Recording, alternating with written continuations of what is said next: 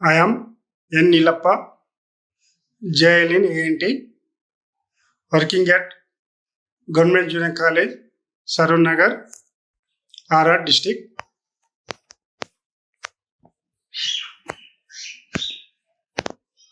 Our course name is Accounting and Taxation. Course code is 212. Subject Taxation second year. Paper code is 63. మన course పేరు accounting and taxation. Course code 212. Subject taxation, ద్వితీయ సంవత్సరము, paper code 63. In taxation second year there are total 8 units are there. In that, unit number 1, income from business. Unit number 2, income from profession. Unit number 3, income from capital gains. Unit number 4, income from other sources. Unit number 5, deductions from total income. Unit number 6, assessment of individual. Unit number 7, GST 1. Unit number 8, GST 2. Taxation ద్వితీయ సంవత్సరంలో మనకు మొత్తము 8 యూనిట్లు ఉన్నాయి. వాటిలో మొదటిది అనగా unit number 1 వ్యాపారం నుండి ఆదాయము. యూనిట్ నంబర్ 2 వృత్తి నుండి ఆదాయము. యూనిట్ నంబర్ 3 పెట్టుబడి లాభాల నుండి ఆదాయము. యూనిట్ నంబర్ 4 ఇతర వనరుల నుండి ఆదాయము. యూనిట్ నంబర్ 5 స్థూల మొత్తము ఆదాయము నుండి తగ్గింపులు. యూనిట్ నంబర్ 6 విడి వ్యక్తి యొక్క ఆదాయ గణన. Unit number 7 GST 1. Unit number 8 GST 2. ఈ విధంగా టాక్సేషన్ ద్వితీయ సంవత్సరంలో మొత్తము 8 యూనిట్లు ఉన్నాయి.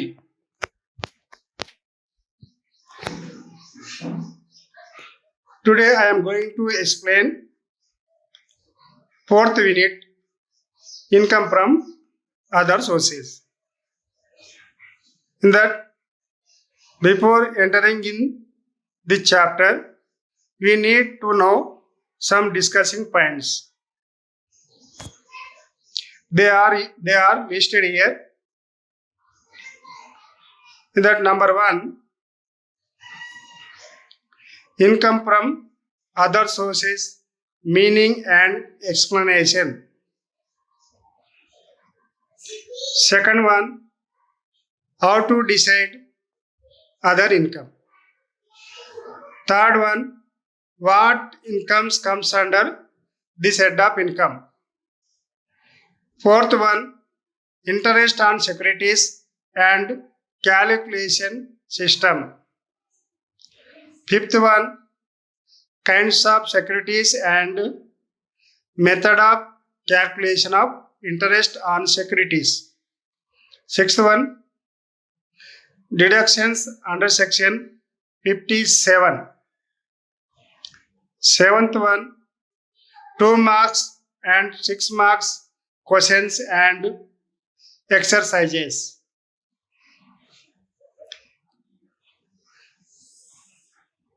ఈరోజు నేను మీకు యూనిట్ నంబర్ 4 ఇతర వనరుల నుండి ఆదాయ శీర్షిక గురించి చెప్పబోతున్నాను. ముందుగా మనము ఈ పాఠంలో నేర్చుకునేటటువంటి అంశాలు తెలుసుకోవలసి ఉంటుంది. వాటిని ఇక్కడ ఇవ్వడం జరిగింది.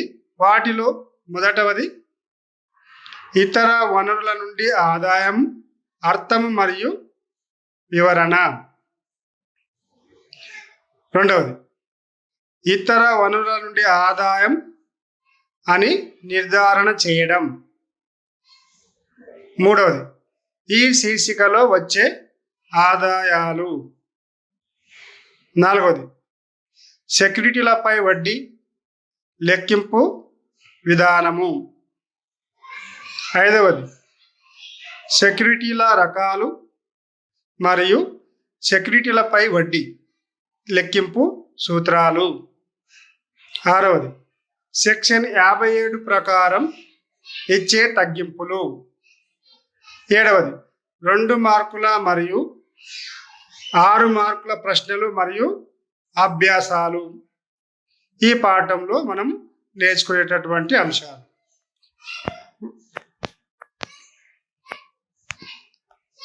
Meaning and explanation.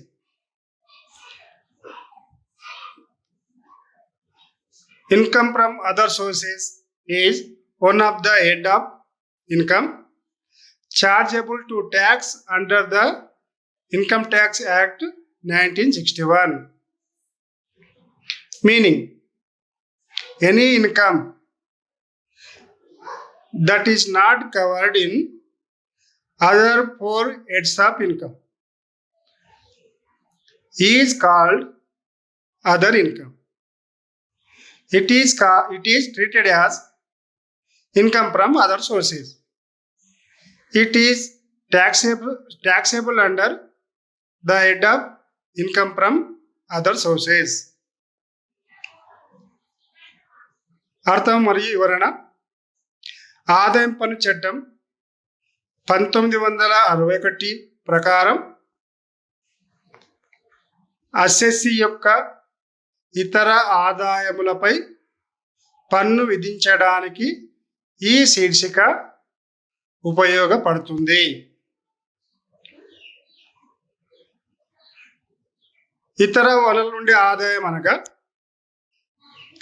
అసెస్సీ యొక్క ఆదాయం, జీతాల నుండి ఆదాయం, గృహస్థి నుండి ఆదాయం, వ్యాపారం లేదా వృత్తి నుండి ఆదాయం, పెట్టుబడి లాభాల నుండి ఆదాయం అనే శీర్షికలలో చేర్చుటకు అవకాశము లేనటువంటి ఆదాయాలను ఇతర ఆదాయాలు అంటారు లేదా ఇతర వనరుల నుండి ఆదాయాలు అంటారు. ఈ ఆదాయాలను ఇతర వనరుల నుండి ఆదాయ శీర్షికలో నమోదు చేస్తారు. ఇంకో విధంగా చెప్పాలంటే ఇతర వనరుల నుండి ఆదాయం అనగా పై 4 శీర్షికలలో నమోదు చేయడానికి అవకాశము లేనటువంటి ఏవైతే ఆదాయాలు ఉంటాయో ఆ ఆదాయాలను ఇతర వనరుల నుండి ఆదాయాలు అంటారు. వాటిని నెక్స్ట్ మనం విపులంగా నేర్చుకుంటాం.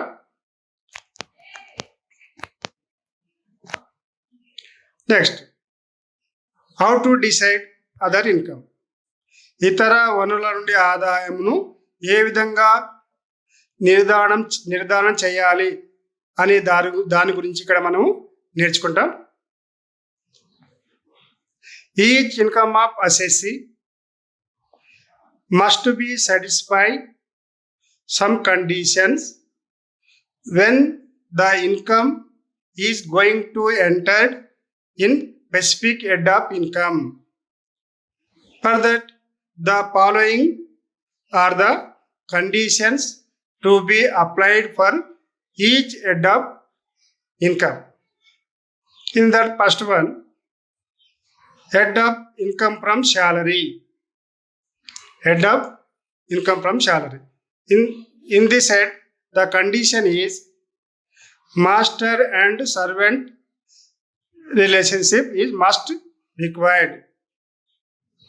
For example, master and servant relationship should be exist between the payer and the receiver. Example, Mr. Rao is working in X college as a lecturer. Income received from this college is included under the head of income from salary. If he is also working as part-time lecturer in Y college, In this case, the relationship between the payer and receiver is contractor and contractee. Hence, remuneration received from college Y is not salary income. It is other income because there is no master and servant relationship, means employer and employee relationship. So it is treated as other income. It is comes under income from other sources. Second one, head of income from house property. In this head, the condition is ownership of building.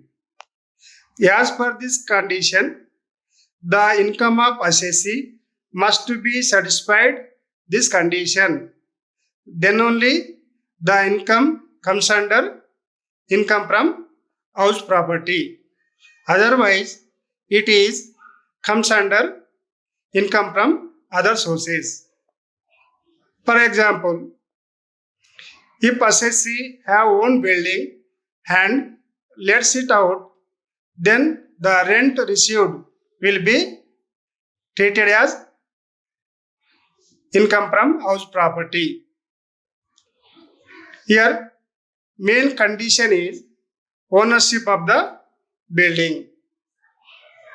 On the contrary, if rent is received by subletting, then it will be treated as an income from other sources.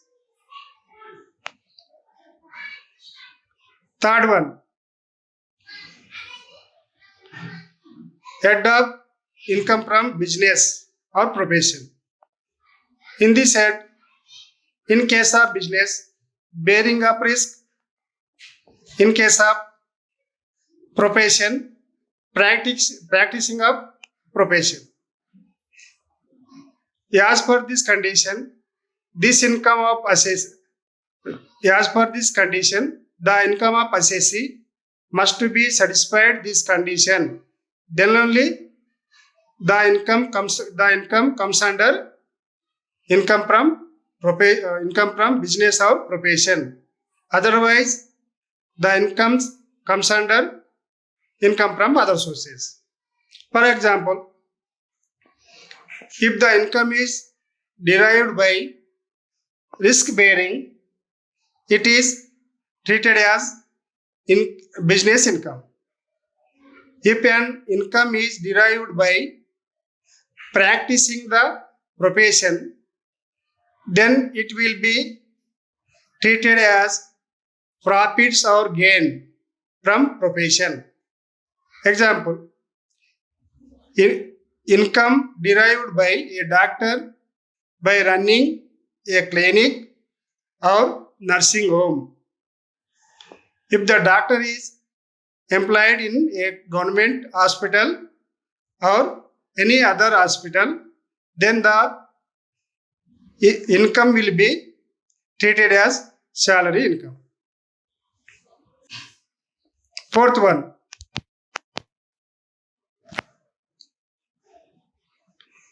head of income from capital gain. In this, sale or transfer of asset of ownership. As per this condition, the income of assessee must be satisfied this condition. Then only the income comes under in this head of income. Otherwise, it is comes under income from other sources. Example, if profit is derived by the sale or transfer of capital asset, then it is included under the head of capital gain. Fifth one, head of income from other sources. Any income that is not covered in the other heads of income is called other income. It is treated as income from other sources. It is taxable under head of income from other sources.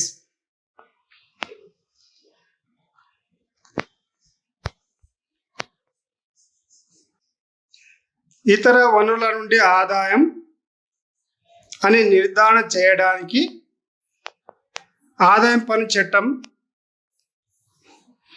కొన్ని షరతులను విధించడం జరిగింది. ఆ షరతులలో ఇవి ముఖ్యమైనవి. అనగా ప్రతి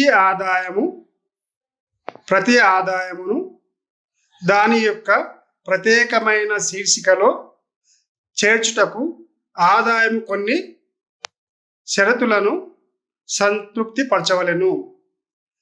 ఆ షరతుల వివరాలు ఈ క్రింది విధంగా కలవు. మొదటి, జీతము నుండి ఆదాయం. ఈ శీర్షికలో యజమాని మరియు ఉద్యోగి అనే సంబంధం కలిగి ఉండి అసెస్సి స్వీకరించినటువంటి ఆదాయమును జీతము నుండి ఆదాయములో చేర్చుటకు అవకాశము ఉంటుంది. అలా కాని ఎడల అది ఇతర ఆదాయం అగును. ఉదాహరణకు, ఆదాయమును ఈ శీర్షికలో చేర్చవలయునన్న ఆదాయము చెల్లించు మరియు స్వీకరించు వ్యక్తుల మధ్య యజమాని మరియు ఉద్యోగి అనుబంధము కలిగి ఉండవలెను. అనగా ఉదాహరణ, శ్రీ రావు గారు ఎక్స్ అనే కళాశాలలో అధ్యాపకునిగా పనిచేయుచున్నాడు. అతడు ఈ కళాశాల నుండి పొందిన ప్రతిఫలము జీతము నుండి ఆదాయము శీర్షికలో చేర్చవలెను. కానీ అతను వేరొక వై అనే కళాశాలలో కాంట్రాక్టు ప్రకారము కొన్ని గంటలు పనిచేసిన ఈ కళాశాల నుండి పొందిన ప్రతిఫలము జీతము అనబడదు. కారణం ఏమనగా చెల్లించు మరియు స్వీకరించు వ్యక్తుల మధ్య సంబంధము యజమాని ఉద్యోగిగా లేదు కాబట్టి. ఇలాంటి ఆదాయాలను ఇతర ఆదాయంలో శీర్షికలు చూపవలెను. అలాగే కొన్ని శాసనసభ్యుల జీతాలు, పార్లమెంట్ సభ్యుల జీతాలు, విశ్వవిద్యాలయము లేదా ఇతర సంస్థల నుండి పరీక్షలకు సంబంధించిన పని చేసినందుకు స్వీకరించిన పారితోషికము ఇతర ఆదాయంలో శీర్షికలో చూపవలెను. రెండవది, గృహస్థి నుండి ఆదాయం.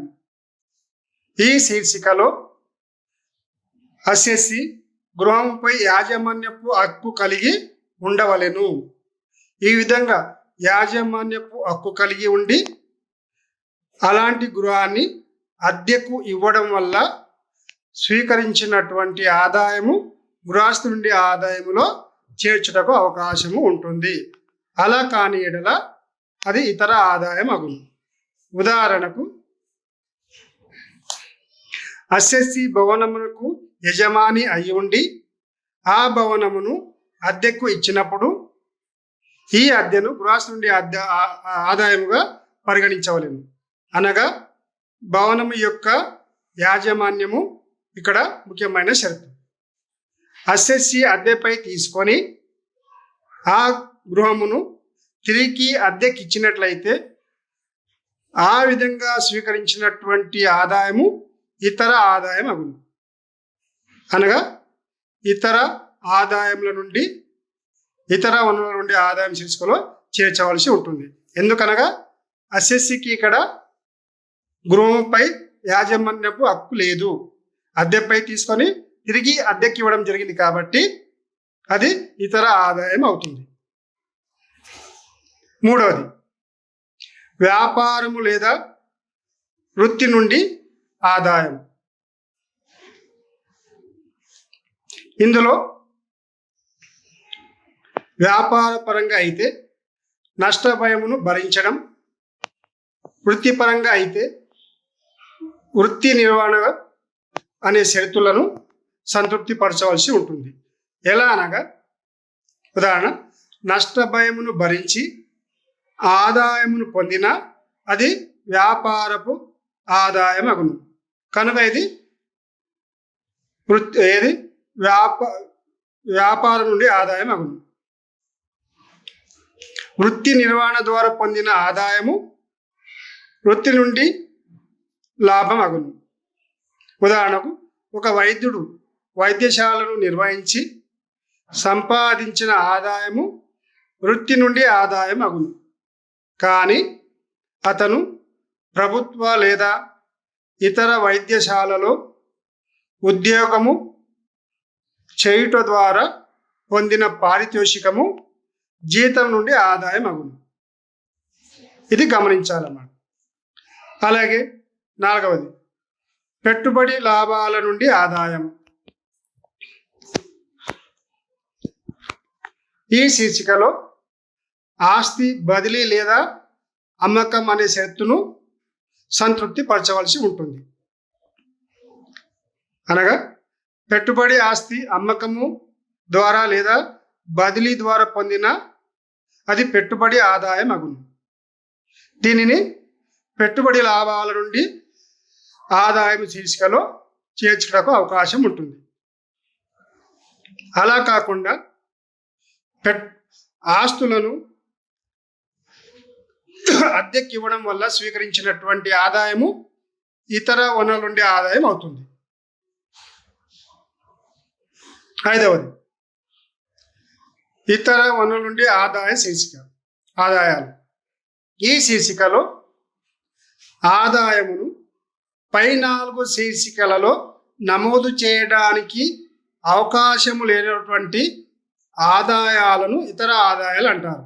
వీటినే ఇతర వనరుల నుండి ఆదాయాలు అని కూడా అంటారు అన్నమాట. ఈ విధంగా పై 4 శీర్షికలలో నమోదు చేయడానికి అవకాశం లేనటువంటి ఏ ఆదాయాలు అయితే ఉంటాయో ఆ ఆదాయాలను ఈ శీర్షికలో నమోదు చేయడం జరుగుతుంది.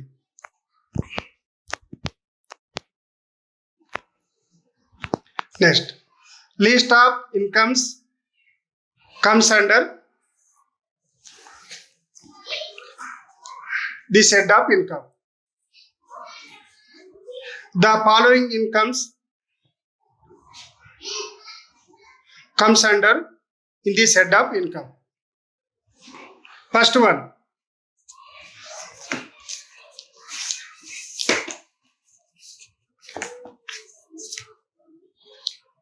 interest on securities. Interest on securities. Securities means bonds issued by the government and debentures of limited company. If the securities are not held as a stock in trade by an assessee, then only this interest on securities comes under income from other sources. Second one, interest on bank deposits. Third one, casual incomes. Casual incomes means winning from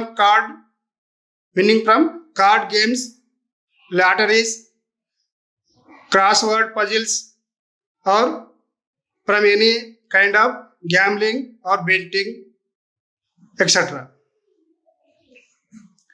Fourth one, rent or hire charges received by letting of land, machinery or furniture, etc. Fifth one, rent from subletting the house. Sixth one, royalty received. Seventh one, director's fees. Eighth one, examination remuneration issued by a teacher.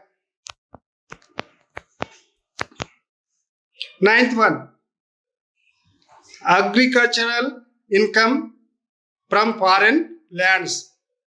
10th one, rent from lands.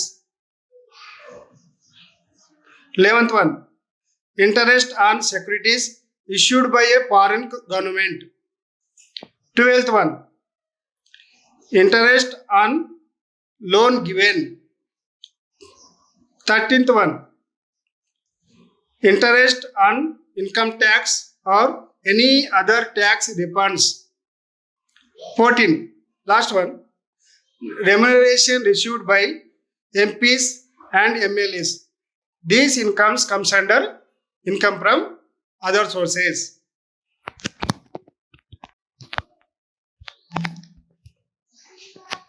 ఇతర ఆదాయంలో శీర్షికలలో వచ్చేటటువంటి కొన్ని ముఖ్యమైన ఆదాయాలు. వాటిలో మొదటిది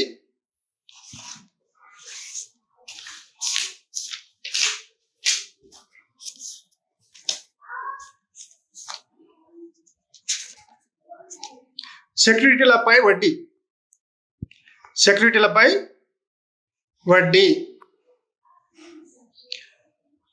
సెక్యూరిటీలు అనగా ప్రభుత్వము జారీ చేసిన బాండ్లు లేదా కంపెనీలు జారీ చేసిన డిబెంచర్లు. ఈ సెక్యూరిటీలు వ్యాపార రీత్యా అమ్మకమునకు లభ్యము కానప్పుడు మాత్రమే ఈ శీర్షికలో వచ్చును. రెండవది బ్యాంకు డిపాజిట్లపై వడ్డీ. మూడవది యాదృచ్ఛిక ఆదాయాలు. యాదృచ్ఛిక ఆదాయాలు అంటే మనకు తెలుసు, గాలివాటముగా అనుకోకుండా వచ్చేటటువంటి ఆదాయాలను యాదృచ్ఛిక ఆదాయాలను అని మనం నేర్చుకున్నాం ఫస్ట్ ఇయర్లో. వాటిలో ఉదాహరణకు లాటరీలలో గెలుపులు, జూదము, గుర్రపు పందెములలో గెలుపుల ద్వారా వచ్చినటువంటి ఆదాయాలు, అలాగే క్రాస్ వర్డ్ పజిల్స్, గేమ్స్ అలాంటి వాటిలో గెలుపొందడం ద్వారా వచ్చినటువంటి ఆదాయాలు ఇతర ఆదాయాలుగా పరిగణిస్తాం. నాలుగవది ప్లాంటు, యంత్రాలు మరియు ఫర్నిచర్ అద్దెపై ఇచ్చినప్పుడు. ఐదవది గృహములను అద్దెపై తీసుకొని తిరిగి అద్దెపై ఇచ్చినప్పుడు వచ్చిన అద్దె. ఆరవది స్వీకరించిన రాయల్టీలు.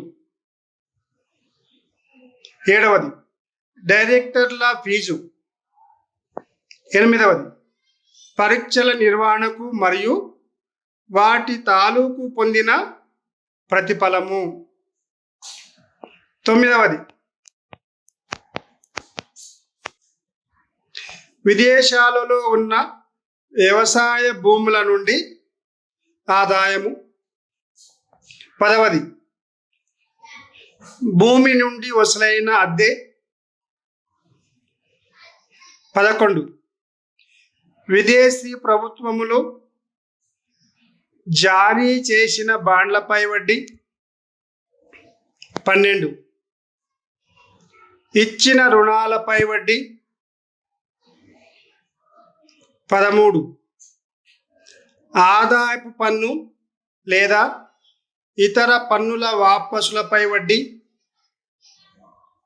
14 శాసనసభ్యులు, పార్లమెంట్ సభ్యులు పొందిన ప్రతిఫలం. ఈ విధంగా ఇతర వనరుల నుండి ఆదాయంలో లేదా ఇతర వనరుల నుండి ఆదాయ శీర్షికలో వచ్చేటటువంటి ఆదాయాలు. ఇది 6 మార్కుల ప్రశ్నలకు గాను మనకు ఎగ్జామ్లో వచ్చును కనుక ఇది చాలా ముఖ్యమైనటువంటి ప్రశ్న. ఈ రోజుతో మనము క్లాస్ ముగిస్తున్నాము. రేపటి పాఠంలో మళ్ళీ కలుద్దాం.